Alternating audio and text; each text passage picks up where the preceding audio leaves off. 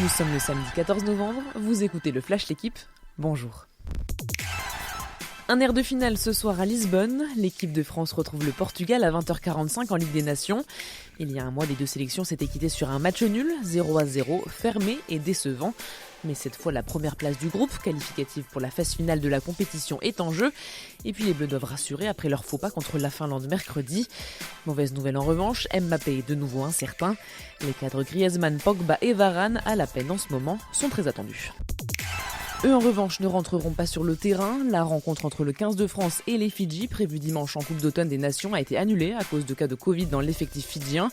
Alors quelles conséquences pour les Bleus ? Ils devraient l'emporter sur tapis vert. Les joueurs ont été libérés et retrouveront Marcoussis lundi. Mais la très grande majorité d'entre eux ne jouera pas en top 14 ce week-end. Prochain rendez-vous pour les tricolores le 22 novembre face à l'Écosse. C'est une des surprises de ce début de Vendée Globe. Jean Le Cam fait de la résistance. Il était encore hier soir en deuxième position derrière Alex Thomson, l'un des grands favoris de la course. Et pourtant, le marin de 61 ans est à la barre d'un vieux bateau lancé en 2007 et vainqueur du Vendée Globe en 2009 avec des joyaux. Mais il fait jeu égal avec les machines dernière génération. Alors que les skippers poursuivent leur descente de l'Atlantique à travers des vents violents, Jean Le Cam est le seul encore au contact avec les foilers.